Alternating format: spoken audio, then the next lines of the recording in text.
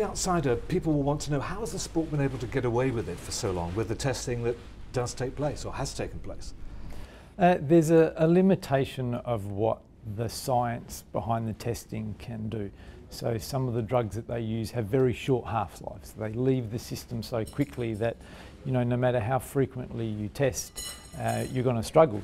Now, when you layer on top of that, the testing itself isn't executed effectively or with the real intent of catching people, then that just magnifies the problem.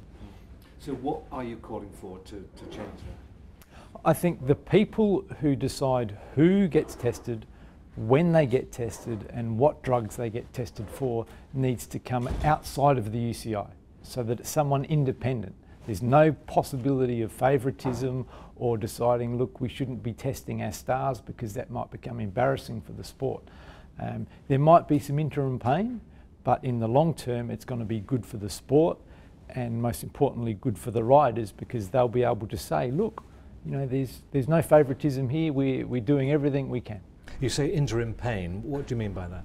Well, when you impose new and rigorous testing, it may well be that some of the riders are caught.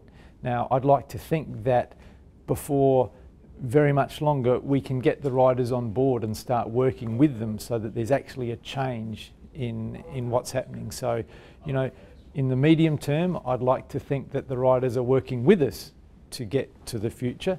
The reality is at the moment, it's still a situation where there's doping happening and we want to change that as quickly as we can, but there perhaps may be some pain in the meantime.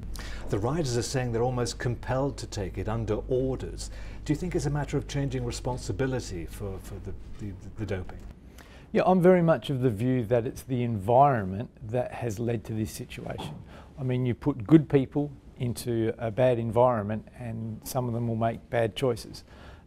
I'm no longer about just chasing down athletes and catching the ones who are doping. I want to work with the athletes and bring about a change to the environment, and I'm confident that when we do that, the athletes will choose not to dope, whereas at the moment in a bad environment they choose to dope. But if they're under pressure from the people who pay them to take it, aren't they simply going to take it?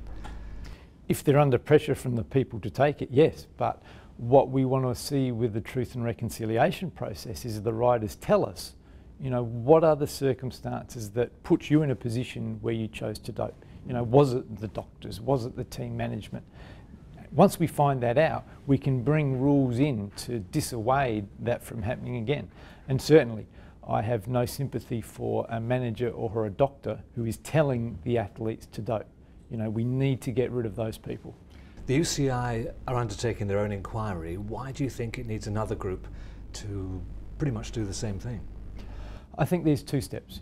First of all, the terms of reference for the UCI inquiry are too limited. They don't address some obvious, glaring omissions that need to be addressed by that commission. But as well, there needs to be an investigation into the UCI.